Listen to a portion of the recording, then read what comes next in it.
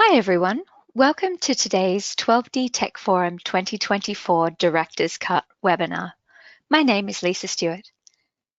This webinar series is designed to highlight some of the amazing content we wanted to include in our face-to-face event last year, but which just didn't fit into the programming. Some presentations you'll see in this series were left out entirely and others had to be cut short because we had too much content, a great problem to have. We'll be running these webinars until that excess material is exhausted and recording them for posting on YouTube and Vimeo channels with links through our website. Our previous webinars from this series, as well as those from our other webinar series, are available online if you missed those. During this presentation, you'll be able to type your questions along the way, as shown on the screen, and we'll answer as many as possible throughout the webinar. At the end, I'll read out some of your questions to the presenter if there's time. Today's webinar, Auto Catchment Delineation, will be presented by Callum Peaker, who is part of our programming team here at 12D Solutions. First showcased at the 12D Tech Forum last year, Automated Catchment Delineation is a new tool aimed at aiding in catchment creation. This webinar will cover the process of catchment creation from start to finish, as well as provide glimpses into the tool's ongoing and future development. Over to you, Callum. Hi, and welcome to my little webinar on auto catchment delineation. This was quite a popular talk at the Tech Forum, so much so, in fact, that we couldn't fit everyone into the room on the day. So we thought we'd run this one again online, just for those of you who perhaps couldn't make it, and also because there's been a few changes and improvements to the tool since then that are worth talking about today. So auto catchment delineation, what is it? Well, it is a tool that can be used to generate catchment polygons at the click of a button with minimal user input. Fundamentally, it was designed to be simple and easy to use. And we also wanted it to have flexible applications for different tins. So if you have, say, design data, or if you're working off of survey data, and even lidar, although there is a bit of a caveat to that we'll talk about a bit later. And of course, this is ongoing in development, so we are very responsive to user feedback. So if people use it and say, we don't like the way the panel is laid out like this, or we want it to be able to do that, that's the kind of stuff that we're improving upon actively. So this is the panel. And fundamentally, I wanted it to be a simple sort of layout and easy to get started. And to that end, you'll notice that what I've shown here is all the widgets you need to create catchments sort of very quickly. If you don't want to go through any of the data stuff, the only things you need to worry about are the surface tin you're using and the button that you click to create catchments at the end. So very little user input is required, but this panel is changing all the time. And in fact, what I'm working on in the background at the moment does not look like this. We've moved a few things around. You won't see that when you're using it in version 15 C1R, but just do be aware that this will change if you're watching this in the future. And that's it. That's the preamble out of the way. So let's get on to the demo portion of this webinar. Alrighty, so I've got open here the training data set, and what we're looking at is the survey tin from that data set, and we've gone ahead and identified a couple locations that would be ideal for catchments to be placed. So I'm going to go ahead and open the macro now. For those of you at home, in V15C1R, you'll find it under water, stormwater, and auto catchment delineation. As I showed off in that PowerPoint just a bit earlier, we can go ahead and select the tin we're working on. So this is the survey tin. We don't have a drainage model, so I'm going to leave that blank. And I might just leave this at its default value. This is just going to create a model if it doesn't exist already. And I might turn this on. This is a beta option, still very work in progress, but what it will attempt to do is actually get catchments to respect each other's boundaries. So rather than having overlap, you will have these nice sort of clean divides between the two. And I might turn off the clean model. None of this polygon data stuff I'm particularly interested in, and I'm not even going to bother looking at the precision tab for the time being. I'm just going to go ahead and click create one, and I might put a catchment here. And just like that, there you go. There's the catchment. I'll just create a couple more. Let's say one there, one over here. This is looking very familiar to you Tech Forum guys, and one there. And just like that, I created 5 catchments in practically no time at all. And it does bear repeating that the layout of this panel has changed since the Tech Forum, and even now some of this stuff is not perhaps named the same or in the same locations. So if you're watching in the future and the new version has come out, you may have to sort of hunt a bit to find some of the stuff that I'm referring to. Before I continue, I'm just going to go over and briefly discuss what this precision tab does. So this is my attempt at hiding a lot of the kind of finicky parameters that are required to make catchments work effectively. So the values here are actually defined by default when you load a new tin in, and the intention is that you should not often have to modify these, but if you're having trouble or your catchments don't look quite the way you want them to, you can edit these values a little bit just to get some more, perhaps get a bit more mileage out of this tool. So I'm going to go ahead and quickly talk about all of the widgets here just so you get an idea of what they're used for. So I can enable this. This is just to lock it off so that you don't accidentally edit something you don't mean to. Catchment polygon resolution is just the overall blockiness of the polygon, how many points you want. The meters refers to the average length of the sides. The puddle tolerance, we're renaming this to search distance because it was causing a bit of confusion with some people. So this is when it's defining the catchment area, this is the maximum distance it will search if it thinks it's reached a boundary before it gives up and says, okay, I found the edge of the catchment. So if you had a local ridge in your geometry, like I think that's a gully. Let's try and find a ridge here. Let's say, for example, just sort of here-ish, and you think this ridge is going to block off the catchment area. This will say, okay, we'll just search a little bit further by this distance and see if you're still within an acceptable area for the catchment.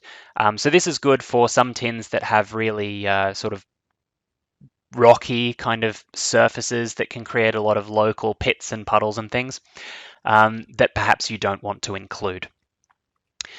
This refined tin option is only valid for super tins, so we're not going to talk about it yet. And this option has been removed from the panel entirely, so you will not see this in the future. So I won't be talking about it today. With all of that being said, let's move over somewhere else in the tin and get on with this demo. So we're over in this part of the tin now, and I do like creating catchments here because it's got some very interesting geometry. And this is going to allow me to show off the sister tool to auto catchment delineation, which is a flow path generator tool.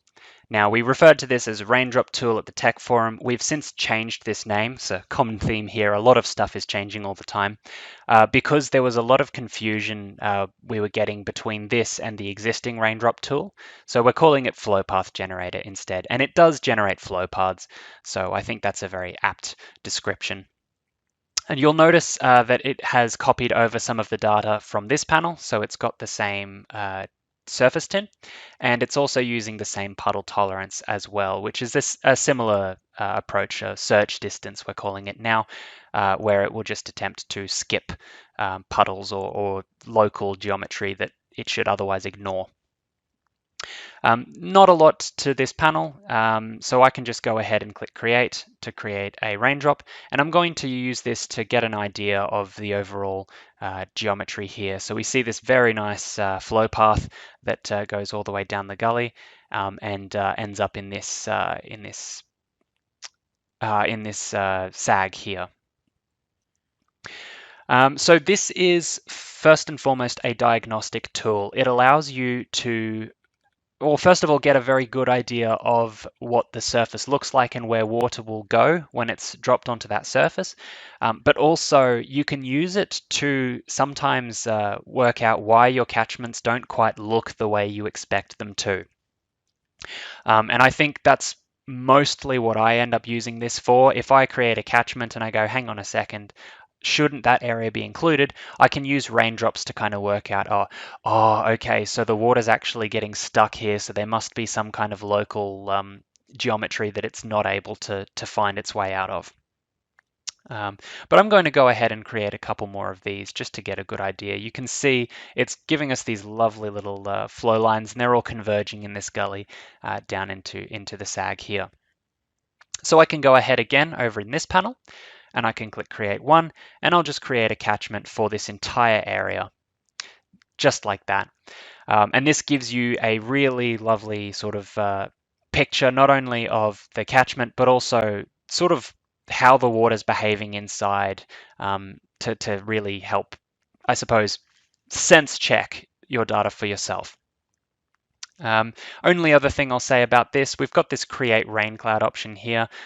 This is all changing as well, but it allows you to create a sort of a large array of raindrops instantly, just to really get a sort of a heat map almost of what the surface looks like. So if I make this, I always like to make this number bigger because it's better looking, and I'll click flood 10, and you'll get 10,000 of these flow paths being dropped onto the tin like so. A really, really nice picture. You can see this sort of almost tree structure falling inside this catchment here as well. But let's clear that away. We don't want to look at that. So that is ultimately how these tools work. Now I'm going to give a sort of demonstration on a more refined data set, which is some detailed design data, and also show off a couple things that weren't present when I demoed this at the Tech Forum. Okay, so what I've got here is actually the finished surface tin for this dataset, and we've also got a drainage network associated with this data. So this is sort of the roads and the lots, as well as the survey surrounding. We can now actually define catchments on super tins, which is something that was not recommended at the Tech Forum, so we've since done some magic behind the scenes. So I'm going to go ahead and select the Super FS tin. There was a bit of processing it just did there, you might have seen, and you get this disclaimer here that super tins are not officially supported. You can run into problems with super tins. You can have discontinuities. You can also have holes in the tins. Basically, there's some things that could potentially go wrong, so we do have this disclaimer just to say if you're trying to run this on a super tin and you run into problems, you should really know to use it at your own risk. So that's a disclaimer out of the way. It works fine on this tin, so we'll proceed. I'm going to go ahead and select the drainage model here. And what this does is it's now opened up this third option on the panel, this process network option. All this does is it goes through every pit in the network and checks to see if it's an inlet and drops a catchment at all of the inlets. That's it. It's not a particularly smart operation, but it does save a lot of clicks if you don't want to be going around selecting these by hand. I can also show you over in the precision tab, these values have been changed to reflect the data we're now looking at as well. I could process the network now. I might actually do that. It shouldn't take too long.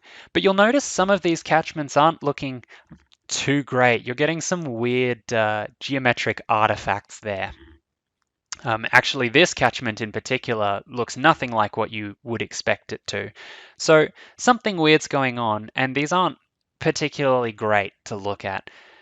And I thought this would be a good example to show, because not all of the data that you're working with is going to give you nice, beautiful, perfect catchments just like I showed earlier. Sometimes you'll be looking at stuff like this, but there are ways around it. So I'm going to go back to precision, and I'm going to use this refine tin option that I sort of mentioned earlier. What this does is it actually helps to reconcile, if I just turn off contours for a second. It helps to reconcile areas like this where you've got really large triangles and also very, very small triangles. Some of these are even millimeters in size. That is one of the weaknesses of a triangle-based approach, but you can see that some of these artifacts result from basically snapping to the edges of these triangles when they perhaps shouldn't be. So refining the tin just helps to reconcile these areas and give a sort of smoother result. So I'm going to refine this. and we'll just let it run for a second.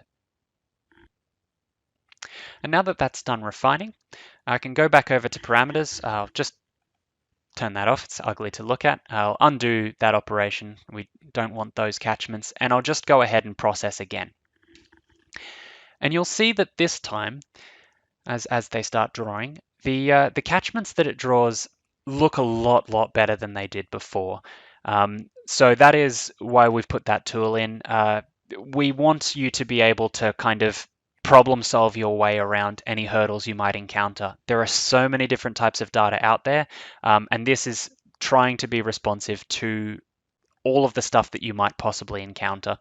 But I will draw your attention, of course, to this bit of overlap here. This is the align boundaries option failing. You can sometimes have problems like that. If it's becoming an issue, just turn it off.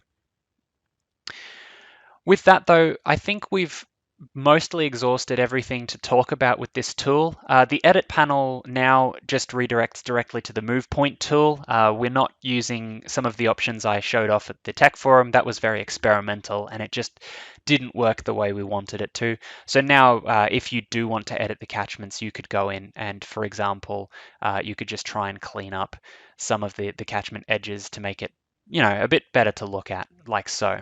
I won't do this. I won't subject you to me doing this over and over, though. And that's the end, really, of the main segment of this demo. However, before I finish, I do want to address that issue with lidar that I have been alluding to over the course of this webinar.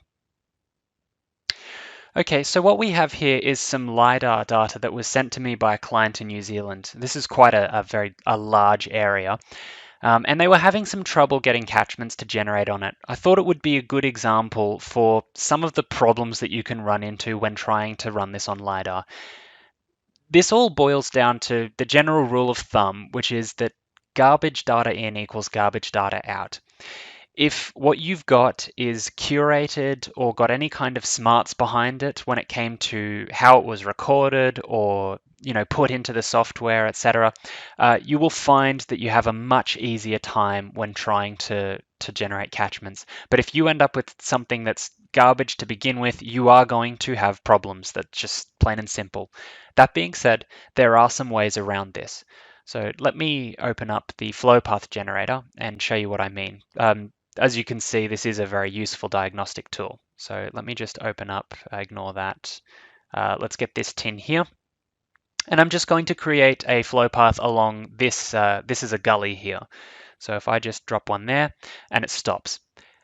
And I could try maybe starting one a little further. Nope, stopped again. I could drop another one here. Nope, it stopped again. The reason why it's having so much trouble is because what we're looking at looks like a gully. What the computer's looking at is this nonsense. That is hideous, and I mean, good luck trying to figure out anything from that data. But essentially, due to the spacing of the grid in this lidar tin here, I can illustrate this better with a smaller contour increment. So let's say 0.1.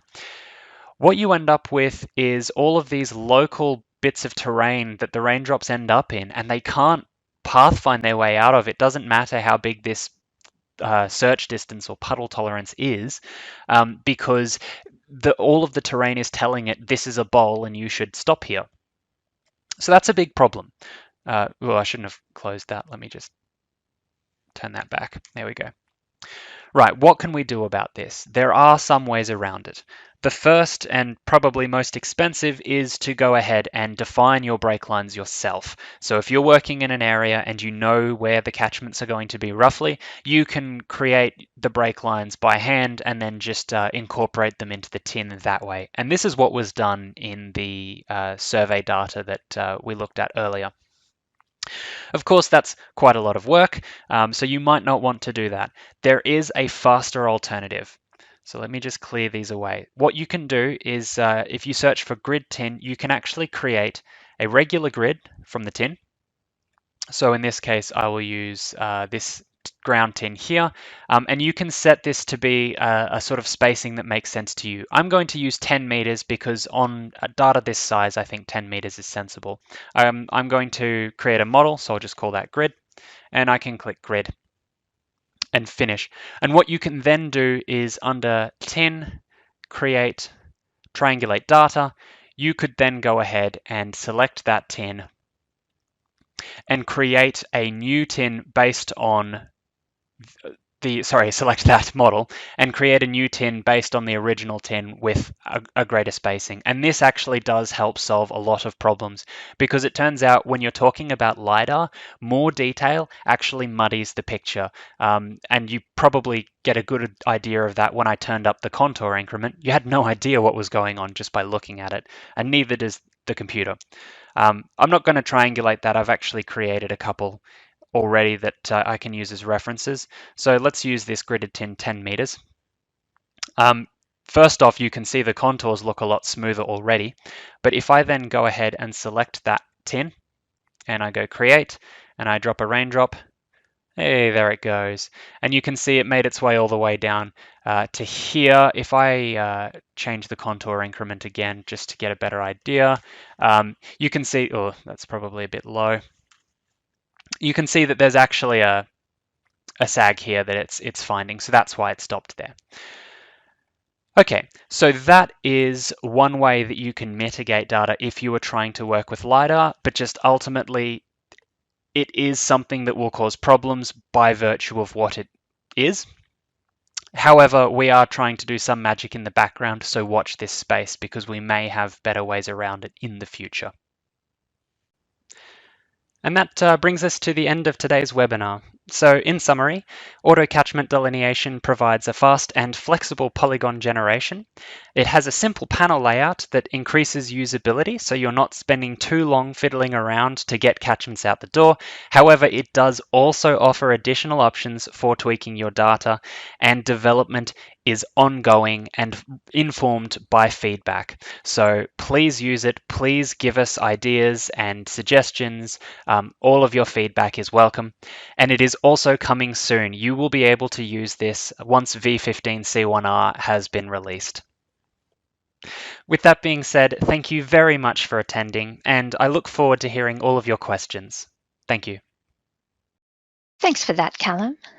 Now, I was hoping to address some of these questions live today, but with the recent storms here in Sydney, my internet is cutting in and out, so I don't want to risk a patchy Q&A time. I feel like we've used up our good luck getting this far today. So I'm going to email all of your questions straight through to the presenter so that they can be answered that way instead. The recording of today's webinar will be available in coming days through the webinars page on our website and on our 12D Model YouTube and Vimeo channels. Keep an eye on our emails and social media for details of our future webinars. And if you haven't seen it yet, the dates for the 2026 12D Tech Forum have now been released. There's a special discount available for a limited time, so check out 12dtechforum.com for details of that as well. And if you need to contact us in the meantime, you'll find all our details on 12d.com. That concludes our presentation for today. Thank you for attending, and we hope to see you at future webinars.